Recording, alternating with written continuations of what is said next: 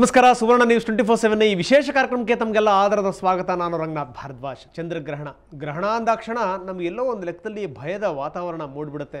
ನಮ್ಮ ಬುದ್ಧಿಗೂ ಕೂಡ ಗ್ರಹಣ ನಿಧಾನವಾಗಿ ಆವರಿಸುತ್ತೆ. ಬುದ್ಧಿಯಿಂದ ಮನಸ್ಸಿಗೆ ಇಳಿದು ಎಲ್ಲೋ ಒಂದು ಲೆಕ್ಕದಲ್ಲಿ ನಮಗೇನು ತೋಚೋದಿಲ್ಲ, ಏನೋ ಅಪಾಯ ಕಾದಿದೆ ಅಂತ ನಾವು ಅಂದ್ಕೊಂಡ್ಬಿಡ್ತೀವಿ. ಇದೆಲ್ಲದರ ಜೊತೆಗೆ ಗ್ರಹಣ ಅಂದರೆ ಏನು, ಎತ್ತ, ಯಾಕೆ ಬರುತ್ತೆ, ಅದರ ಪರಿಣಾಮಗಳೇನೇನು ಅದು ಬಹುತೇಕ ಜನರಿಗೆ ಗೊತ್ತಿರೋದಿಲ್ಲ. ಗ್ರಹಣ ಅಂದಾಕ್ಷಣ ಭಯ ಬೀಳೋದನ್ನು ಮಾತ್ರ ಅವರು ರೂಢಿ ಮಾಡ್ಕೊಂಡ್ಬಿಟ್ಟಿರ್ತಾರೆ. ಹೀಗಾಗಿ ಗ್ರಹಣ ಅಂದ್ರೆ ಏನು, ಗ್ರಹಣ ಯಾಕೆ ಬರ್ತಾ ಇದೆ, ಈ ಗ್ರಹಣ ನಮ್ಮ ದೇಶದಲ್ಲಿ ಕಾಣ್ತಾ ಇದೆಯಾ, ಈ ಗ್ರಹಣದ ಪರಿಣಾಮಗಳೇನೇನು, ಕೇವಲ ಪರಿಣಾಮಗಳು ಅಂದರೆ ಅದು ಸಾಮಾಜಿಕ ಪರಿಣಾಮಗಳು ಮಾತ್ರ ಅಲ್ಲ, ರಾಜಕೀಯ ಪರಿಣಾಮಗಳು ಏನೇನು, ದೇಶ ವಿದೇಶಗಳ ಮೇಲೆ ಅದರ ಪರಿಣಾಮಗಳು ಏನೇನಾಗಬಹುದು, ಜೊತೆಗೆ ನಮ್ಮ ರಾಜಕೀಯ ನಾಯಕರುಗಳು, ರಾಷ್ಟ್ರ ರಾಜಕೀಯ ನಾಯಕರುಗಳು ಅವರ ಮೇಲೆ ಇದರ ಒಟ್ಟಾರೆ ಪರಿಣಾಮಗಳೇನು, ಇದೆಲ್ಲದರ ಜೊತೆಗೆ ದ್ವಾದಶ ರಾಶಿಗಳ ಫಲಾಫಲಗಳು, ದ್ವಾದಶ ರಾಶಿಗಳು ಜೊತೆಗೆ ಅದಕ್ಕೆ ಬರುವಂಥ ರಿಲೇಟೆಡ್ ನಕ್ಷತ್ರಗಳೇನೇನಿದೆ ಆ ನಕ್ಷತ್ರಗಳ ಮೇಲೆ ಈ ಗ್ರಹಣ ಎಷ್ಟರ ಮಟ್ಟಿಗೆ ಪರಿಣಾಮ ಬೀರುತ್ತೆ, ಇದಕ್ಕೆ ಸಂಬಂಧಪಟ್ಟಿರುವಂಥದ್ದು ಈಗಿನ ವಿಶೇಷ ಕಾರ್ಯಕ್ರಮ. ಅದು ಗ್ರಹಣ ಗ್ರಹಚಾರ.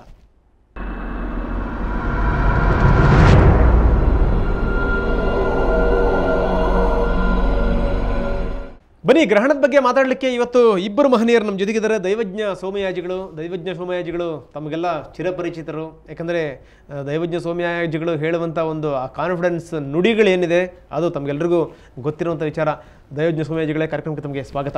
ನಮಸ್ಕಾರ. ಸೊ ಮತ್ತೊಬ್ಬರು ಮಹನೀಯರು ನಮ್ಮ ಜೊತೆಗಿರುವಂಥವರು ಭಾನುಪ್ರಕಾಶ್ ಶರ್ಮಾ ಅವರು ಕೂಡ ನಿಮಗೆ ಚಿರಪರಿಚಿತರು. ಸೊ ಯಾವ್ಯಾವ ದೊಡ್ಡ ದೊಡ್ಡ ಕಾರ್ಯಕ್ರಮಗಳು ನಡೀತಾ ಇರ್ತವೆ, ಅದು ರಾಜಕೀಯ ನಾಯಕರುಗಳದಾಗಿರಲಿ, ಅದು ಗಣ್ಯರದ್ದಾಗಿರಲಿ, ಅಲ್ಲಿ ಭಾನುಪ್ರಕಾಶ್ ಶರ್ಮಾ ಹಾಜರಿರಲೇಬೇಕು. ಭಾನುಪ್ರಕಾಶ್ ಶರ್ಮಾ ಇವತ್ತು ಗ್ರಹಣದ ಬಗ್ಗೆ ಏನು ಹೇಳ್ತಾರೆ ಕೇಳೋಣ. ಭಾನುಪ್ರಕಾಶ್ ಶರ್ಮಾ ಅವರೇ, ತಮಗೂ ಕೂಡ ಕಾರ್ಯಕ್ರಮಕ್ಕೆ ಸ್ವಾಗತ. ನನ್ನ ಮೊದಲನೇ ಪ್ರಶ್ನೆ ದೈವಜ್ಞ ಸೋಮಯಾಜಿಗಳಿಗೆ. ಗ್ರಹಣ ಅಂದಾಕ್ಷಣ ನಾನು ಆರಂಭದಲ್ಲಿ ಹೇಳಿದೆ, ಗ್ರಹಣದ ಬಗ್ಗೆ ಬಹಳಷ್ಟು ಜನಗಳಿಗೆ ಗೊತ್ತಿಲ್ಲ. ಗ್ರಹಣ ಬರುತ್ತೆ ನಿಜ, ಗ್ರಹಣ ಪರಿಣಾಮಗಳನ್ನು ಉಂಟು ಮಾಡುತ್ತೆ ನಿಜ, ಯಾವ ರೀತಿ ಪರಿಣಾಮಗಳು, ಏನು ಎತ್ತ, ಯಾರ್ಯಾರ ಮೇಲೆ ಯಾವ್ಯಾವ ರೀತಿಯ ಪರಿಣಾಮಗಳು, ನಿಜಕ್ಕೂ ಈ ಗ್ರಹಣ ಅನ್ನುವಂಥದ್ದು ಏನು, ಜೊತೆಗೆ ನಾಳೆ ಬರುವಂಥ ಗ್ರಹಣ ಏನಿದೆ ಅದರ ಪರಿಣಾಮಗಳೇನು, ಏನು ಹೇಳ್ತೀರಿ ಸರ್? ಶ್ರೀ ಗುರುಭ್ಯೋ ನಮಃ. ಮೊದಲನೇದಾಗಿ ಈ ಗ್ರಹಣದಂತಹ ಪರ್ವಕಾಲದಲ್ಲಿ ಸಮಸ್ತ ಪ್ರೇಕ್ಷಕ ಪ್ರಭುಗಳಿಗೆ, ಕರ್ನಾಟಕದ ಜನತೆಗೆ, ಸಮಸ್ತ ರಾಷ್ಟ್ರಕ್ಕೆ ಒಳ್ಳೆಯ ಫಲವನ್ನೇ ಕೊಡಲಿ ಅಂಥೇಳಿ ಎಲ್ಲ ಪ್ರೇಕ್ಷಕ ಪ್ರಭುಗಳ ಪರವಾಗಿ ಆ ಶೃಂಗೇರಿಯ ಜಗನ್ಮಾತೆ ಮತ್ತು ನಮ್ಮ ಪೂಜ್ಯ ಗುರುಗಳಾದಂತಹ ಶ್ರೀ ಭಾರತೀ ತೀರ್ಥರ ಚರಣಕಮಲಗಳಿಗೆ ನಮಸ್ಕಾರ. ಭಾರತೀ ಕರುಣಾಪಾತ್ರಂ ಭಾರತೀ ಪದಭೂಷಣಂ ಭಾರತೀ ಪದಮಾರೂಢಂ ಭಾರತೀ ತೀರ್ಥಮಾಶ್ರಯೇ. ಹರಿ ಓಂ. ಜಯತ್ವಂದೇವಿ ಚಾಮುಂಡೆ ಜಯಭೂತಾಪಹಾರಿಣೆ ಜಯ ಸರ್ವಕೃತೆ ದೇವಿ ಕಾಳರಾತ್ರಿ ನಮೋಸ್ತುತೆ. ಹರಿ ಓಂ. ಚಂದ್ರಮಾ ಮನಸೋ ಜಾತಃ ಅಂತ ಶಾಸ್ತ್ರ. ನಿಜ. ಗ್ರಹಣ ಅಂತಂದ್ರೆ ಏನು ಅಂತ ಪ್ರಾಯಶಃ ಇದೇ ವೇದಿಕೆಯಲ್ಲೇ ನಿಮ್ಮ ಜೊತೆಗೆ ಗ್ರಹಣದ ಬಗ್ಗೆನೂ ಚರ್ಚೆ ಮಾಡಿದ್ವಿ ಹಿಂದೂ ಕೂಡ. ಬಹಳ ಜಟಾಪಟಿಯ ಚರ್ಚೆ. ಗ್ರಹಣ ಅಂತನ್ನೋದೊಂದು ಸರಳ ಸಂಸ್ಕೃತ ಶಬ್ದ. ಗ್ರಹಣ ಅಂತಂದರೆ ಹಿಡಿಯೋದು ಅಂತ. ಪದಗ್ರಹಣ ಅಂತೇವಿ ಒಂದು ಅಧಿಕಾರ ಗ್ರಹಣ, ಹೌದು. ಪಾಣಿಗ್ರಹಣ ಅಂತೀವಿ ಮದುವೆಗೆ. ಅಂತಂದ್ರೆ ಗ್ರಹಣ ಅಂತಂತಾರೆ ಹಿಡಿಯೋದು ಅಂತ ಅಷ್ಟೇನೆಯ. ಇಲ್ಲಿ ಪ್ರಸ್ತುತ ರಾಹುಗ್ರಸ್ತ ಚಂದ್ರಗ್ರಹಣದ ಬಗ್ಗೆ ನಾವು ಮಾತಾಡ್ತಾ ಇದ್ದೀವಿ. ಪ್ರತಿಯೊಂದು ಗ್ರಹಣದಲ್ಲೂ ಕೂಡ ಒಂದಿಷ್ಟು ಜನಗಳಿಗೆ ಏನೇನೋ ಒಂದಷ್ಟು ಭಯವನ್ನು ಉಂಟು ಮಾಡಿಬಿಡ್ತಾರೆ. ಎಲ್ಲೋ ಏನೋ ಒಂದಿಷ್ಟು ಬೋರ್ಡ್ ಹಾಕೊಳ್ಳೋದು, ಗ್ರಹಣ ಶಾಂತಿ ಅಂತ ಅನ್ನೋದು, ಇದು ಎಲ್ಲ ಹೇಳುವಷ್ಟು ಭಯ ಪಡುವಂಥದ್ದಲ್ಲ ಈ ಗ್ರಹಣ. ಓಕೆ. ಇದೊಂದು ಪ್ರಕೃತಿಯ ವೈಚಿತ್ರ್ಯ, ಸ್ವಭಾವ ಸಹಜವಾಗಿ ಆಗ್ತಕ್ಕಂಥದ್ದು.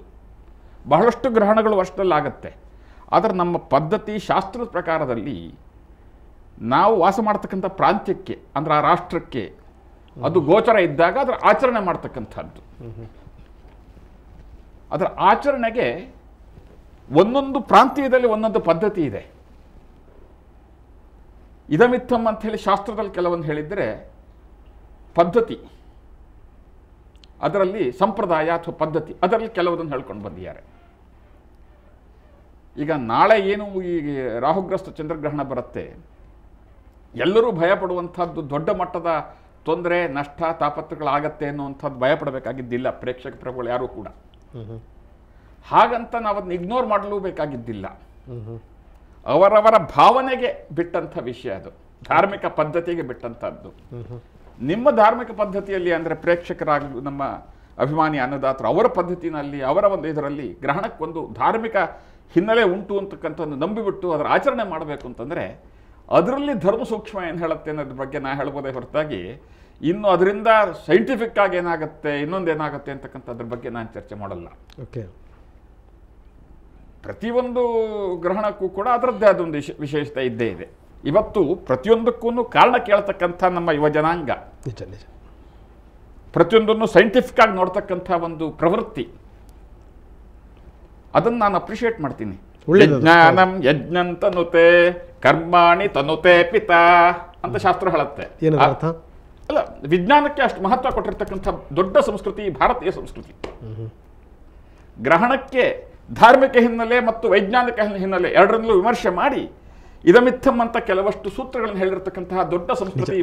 ನಿಜ ತಾವೇನು ಹೇಳಿದ್ರಿ, ಸೊ ಹಲವಾರು ವಿಚಾರಗಳು ಅದರಲ್ಲಿ ಅಡಕವಾಗಿದೆ. ಹೌದು ಸರ್, ತಾವೇನು ಹೇಳ್ತೀರಿ? ನೌಮಿ ದೇವೀಂ ಪ್ರಸನ್ನಾಸ್ಯಾಂ ಆದ್ಯಾಂತ್ವಾಂ ವೇದ ಮಾತರಂ ಮೂರ್ತಿತ್ರಯಾತ್ಮಿಕಾಂ ಶುದ್ಧಾಂ ಗಾಯತ್ರೀಂ ಭಕ್ತ ಸಿದ್ಧಿದಾಂ.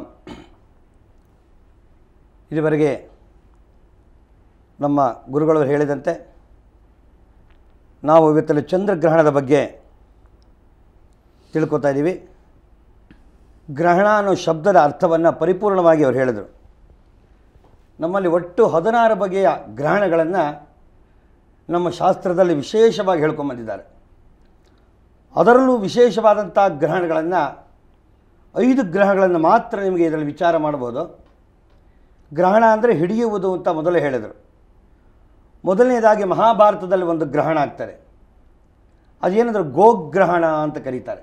ನಿಜ ನಿಜ ಮಹಾಭಾರತದಲ್ಲಿ ಈ ಒಂದು ವಿರಾಟರಾಯನ ಕೌರವನ ಕಡೆಯರು ಅವನ ದನಗಳನ್ನೆಲ್ಲ ಸೈದು ತೆಗೆದುಕೊಂಡು ಗ್ರಹಣ ಮಾಡಿ ಹೋಗ್ತಾರೆ. ಅದನ್ನು ಮೊದಲನೇದು ಗೋಗ್ರಹಣ ಅಂತ ಕರೀತಾರೆ. ನಿಜ ನಿಜ ನಿಜ ಸೊ ಅದಾದ ನಂತರ ಯುದ್ಧವಾಗುವಂಥದ್ದು, ಗ್ರಹಣದಿಂದಲೇ ಏನೇನಾಯ್ತು ಅನ್ನೋಕ್ಕೆ ಇವರಿಗೆ ಉತ್ತರ ಕೊಡಬೇಕು. ಗ್ರಹಣದಿಂದ ಏನಾಗುತ್ತೆ ಅನ್ನೋ ಬೇಕಲ್ಲ. ಗ್ರಹಣದಿಂದಲೇ ಮಹಾಭಾರತ ಆಗಿದ್ದಲ್ಲಿ ಯಾವುದರಿಂದ ಮೂಲ ಕಾರಣ ಗ್ರಹಣ.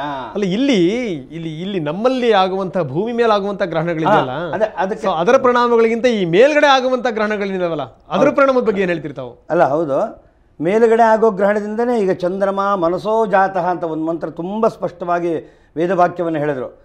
ಯಾವಾಗ ಚಂದ್ರನಿಗೆ ಗ್ರಹಣಿಸೋ ಮನುಷ್ಯನಿಗೆ ಮನಸ್ಸೇ ನಮಗೆ ಚಂದ್ರನ ಅಂಶ ಕೂಡಿರುವುದರಿಂದ ಎಲ್ಲರ ಮನಸ್ಸು ವಿಕಲ್ಪ ಆಗ್ತದೆ. ಒಳ್ಳೆಯ ದಾರಿಗೆ ಹೋಗ್ಲಿಕ್ಕೆ ಬರೋದಿಲ್ಲ, ಏನೋ ಒಂದು ಕೆಟ್ಟ ದಾರಿ, ಕೆಟ್ಟದನ್ನು ಮಾಡೋದು, ಇವೇ ಎಲ್ಲ ಉಂಟಾಗೋದ್ರಿಂದ ಅದನ್ನು ಗ್ರಹಣ ಅಂತ ಕರೆದರು. ಆಮೇಲೆ ಗ್ರಹಣದಲ್ಲಿ 2ನೇ ಭಾಗ ಇನ್ನೊಂದು ಹೇಳ್ತಾರೆ, ಪಾಣಿಗ್ರಹಣ ಅಂತ ಹೇಳಿದ್ರು. ಎಷ್ಟು ಚೆನ್ನಾಗಿ ಯಾಕೆ ಹೇಳಿದ್ದಾರೆ ಅದನ್ನು? ಮದುವೆಯಲ್ಲಿ ಗಂಡು ಮತ್ತು ಹೆಣ್ಣು ಹೀಗೆ ಹಿಡಿದಾಗ ಅವನು ಗುಭ್ರಾಮಿತೆ ಸುಪ್ರಜಾಸ್ಪಾಜ ಕೈ ಹಿಡ್ಕೊಂಡು ಅಗ್ನಿಮುಖೇನವಾಗಿ ಸುತ್ತಿ ಬಂದಾಗ ಅದು ಒಂದು ಗ್ರಹಣ. ನಾನು ಇವಳನ್ನ ಸಾಕ್ತೀನಿ, ಸಂಪೂರ್ಣವಾಗಿ ಗ್ರಹಣ ಆಗಿ ವಿವಾಹ ಜೀವನ ಕಾಲಿಡ್ತಾನೆ, ದೊಡ್ಡ ಸಮುದ್ರ ಸಾಗರ, ಅದನ್ನು ನಾನು ಈಜಬೇಕು, ಅದರಲ್ಲಿ ಕಷ್ಟ ಸುಖಗಳನ್ನು ಅನುಭವಿಸ್ಬೇಕು, ಅದು ಒಂದು ಗ್ರಹಣ. ಅದೇ ರೀತಿ ಗ್ರಹಣಗಳಲ್ಲಿ ಭೂಗ್ರಹಣ ಅಂತ ಬಂದು ಬರ್ತಾರೆ. ಅಂದರೆ ಅಖಂಡ ಭಾರತದಲ್ಲಿ ಭೂಮಿಗಳಲ್ಲಿ ದೇಶ ವಿದೇಶಗಳಲ್ಲಿ ಎಲ್ಲರೂ ಸಹಿತ ಯುದ್ಧಗಳನ್ನು ಮಾಡಿ ನನಗೆ ಬೇಕು ಅಂತ ರಾಜ್ಯಗಳು ಎಲ್ಲವನ್ನು ಗ್ರಹಣ ಮಾಡಿ ಒಬ್ಬರ ಮೇಲೊಬ್ಬರು ಯುದ್ಧವನ್ನು ಸಾರಿ ಗ್ರಹಣ ಮಾಡುವುದು. ಚಂದ್ರಗ್ರಹಣ ಮತ್ತು ಸೂರ್ಯಗ್ರಹಣಗಳು ಇವು ಮುಖ್ಯವಾಗಿ 5 ಗ್ರಹಣ ತೆಗೆದುಕೊಂಡು.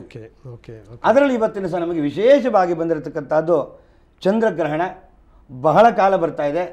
ಅದನ್ನು ಸಿದ್ಧರು ಸಾಧ್ಯರು ಅವರೆಲ್ಲ ಅನುಭವಿಸಿದವರಿಗೆ ಮಾತ್ರ ಇದರಿಂದ ಯಾವ ರೀತಿ ಫಲಾಫಲಗಳನ್ನು ನಾವು ನೋಡ್ಕೊಳ್ಬೋದು ಅನ್ನೋದು ಗ್ರಹಣದ ವಿಚಾರದಲ್ಲಿ ಬರ್ತಾ. ಓಕೆ, ಈ ಗ್ರಹಣದ ಪರಿಣಾಮಗಳು ಏನೇನು? ಈ ಗ್ರಹಣ ವೃಶ್ಚಿಕ, ಧನು, ಮಕರ, ಮೇಷ, ಕನ್ಯಾ ರಾಶಿಯವರಿಗೆ ಸ್ವಲ್ಪ ಅನಿಷ್ಟಕಾರಿ ಅಂತ ಹೇಳುತ್ತೆ. ಅದೇ ಥರದಲ್ಲೇ ಜ್ಯೇಷ್ಠ, ರೇವತಿ, ಆಶ್ಲೇಷ, ಮೂಲ, ಅಶ್ವಿನಿ, ಮಘ, ಅನುರಾಧ, ಪೂರ್ವಾಷಾಢ ಈ ನಕ್ಷತ್ರದವರಿಗೆ ಸ್ವಲ್ಪ ಅನಿಷ್ಟಕಾರಿ ಅಂತ ಹೇಳುತ್ತೆ. ಅನಿಷ್ಟಕಾರಿ ಅಂತಂದರೆ ಎಷ್ಟರ ಮಟ್ಟಿಗೆ ಏನು ಅನಿಷ್ಟ ಆಗ್ಬೋದು? ಭಯಪಡಬೇಕಾಗಿದ್ದಿಲ್ಲ. ನೀವು ತಿಳಿದಂತಹ, ನೀವು ಕಲ್ಪನೆ ಮಾಡ್ಕೊಳ್ತಕ್ಕಂತಹ ದೊಡ್ಡ ಮಟ್ಟದ ಅನಿಷ್ಟ ಆಗೋದಿಲ್ಲ. ಆ ನಕ್ಷತ್ರದವರು ರಾಶಿಯವರು ಸ್ವಲ್ಪ ವಿಶೇಷವಾಗಿ ಆ ಭಗವಂತನ ಸ್ಮರಣೆ ತಮ್ಮ ಕೈಲಾದ ಮಟ್ಟಿಗೆ ನೋಡಿ. ನಮ್ಮಲ್ಲಿ ಎಂಥ ಅದ್ಭುತವಾದ ಕಲ್ಪನೆ ಈ ಭಾರತೀಯ ಸಂಸ್ಕೃತಿಯ ಕಲ್ಪನೆ ಅಂತಂದರೆ ಬಿಂದು ತರ್ಪಣ ಸಂತುಷ್ಟ ಪೂರ್ವಜ ತ್ರಿಪುರಾಂಬಿಕಾ ಅಂತಂದರೆ ನಿಮ್ಮ ಕೈಲಾದಂಥದ್ದನ್ನು ಆ ಸಮಯದಲ್ಲಿ ನೀವು ದಾನ ಮಾಡಿ, ಭಗವಂತನ ಸ್ಮರಣೆ ಮಾಡಿ, ಶಕ್ತಿಯಾನುಸಾರ ದೇಹದ ದಂಡನೆ ಒಂದಿಷ್ಟು ಮಾಡಿ, ಸ್ವಲ್ಪ ಉಪವಾಸ ಇದ್ದು ಭಗವಂತನ ಸ್ಮರಣೆಯಲ್ಲಿ ಆ ಗ್ರಹಣ ಕಾಲದಲ್ಲಿ ಕಾಲ ಕಳೆಯಿರಿ. ನಿಮಗೆ ಬಂದಂಥ ಅನಿಷ್ಟದ ಬಹುದೊಡ್ಡ ಭಾಗ ಪರಿಹಾರವಾಗತ್ತೆ. 99%ಕ್ಕೂ ಹೆಚ್ಚಿನ ಭಾಗ ಅದರಿಂದ ಪರಿಹಾರವಾಗುತ್ತೆ ನಮಗೆ. ಓಕೆ. ಅಂಥ ದೊಡ್ಡ ಮಟ್ಟದ ತೊಂದರೆ ಬರಲಿಕ್ಕೆ ಸಾಧ್ಯ ಇಲ್ಲ. ಆದರೆ ಭಗವಂತನ ಸ್ಮರಣೆಯಲ್ಲಿ ಮಾತ್ರ, ಅದರ ಹೊರತಾಗಿ ನಾನು ಏನೂ ಮಾಡಬೇಕಾಗಿಲ್ಲ, ಅದೇನು ಬರುತ್ತೋ ಬರಲಿ ಅಂತಂದರೆ ಯಥಾ ಯೋಗ್ಯಂ ತಥಾ ಕುರು ಅಂತ ನಾವು ಹೇಳ್ತೀವಿ. ನಮ್ಮ ಪೂಜೆ ಆದ ನಂತರದಲ್ಲಿ ಕೃಷ್ಣಾರ್ಪಣ ಅಂತ ಹೇಳೋದಕ್ಕೆ ಮುಂಚೆ ಯಥಾ ಯೋಗ್ಯಂ ತಥಾ ಕುರು, you do as you deem fit ಅಂತಾರೆ. ಹಾಗೆ ಓಕೆ ಓಕೆ. ಆದರೆ ಈ ನಕ್ಷತ್ರದವರು, ಈ ರಾಶಿಯವರಿಗೆ ಒಂದಿಷ್ಟು ಅನಿಷ್ಟ ಇದೆ ಅಂತಕ್ಕಂಥದ್ರಲ್ಲಿ ಸಂಶಯ ಇಲ್ಲ. ಓಕೆ ಸರ್, ಮತ್ತಷ್ಟು ನಿಮ್ಮ ಜೊತೆಗೆ ನಾನು ಮಾತಾಡ್ತೀನಿ ಯಾವ್ಯಾವ ನಕ್ಷತ್ರಗಳು, ಯಾವ್ಯಾವ ರಾಶಿಗಳು, ಮತ್ತು ಅದ್ರ ಬಗ್ಗೆ ಒಂದಿಷ್ಟು ಸಾಕಷ್ಟು ಚರ್ಚೆ ಮಾಡೋಣ. ತಮ್ಮ ಜೊತೆಗೂ ಕೂಡ ನಾನು ಚರ್ಚೆ ಮಾಡ್ತೀನಿ. ಸಣ್ಣ ಬ್ರೇಕ್ ನಂತರ ಚರ್ಚೆಯನ್ನು ಮುಂದುವರಿಸೋಣ. ಇದೆಲ್ಲದರ ಜೊತೆಗೆ ಯಾವ್ಯಾವ ನಕ್ಷತ್ರಗಳ ಮೇಲೆ ಯಾವ್ಯಾವ ರೀತಿ ಪರಿಣಾಮ, ಯಾವ್ಯಾವ ರಾಶಿಯವರ ಮೇಲೆ ಎಂಥ ಪರಿಣಾಮ, ಜೊತೆಗೆ ರಾಜಕೀಯದ ಮೇಲೆ ಯಾವ ರೀತಿ ಪರಿಣಾಮಗಳಾಗಬಹುದು, ಒಟ್ಟಾರೆ ಗ್ರಹಣದ ಪರಿಣಾಮಗಳು, ಅದು ಒಳ್ಳೆಯ ಪರಿಣಾಮಗಳು, ದುಷ್ಪರಿಣಾಮಗಳು ಏನೇನು ಚರ್ಚೆ ಮಾಡೋಣ. ಅದಕ್ಕಿಂತ ಮೊದಲು ಸಣ್ಣ ವಿರಾಮ.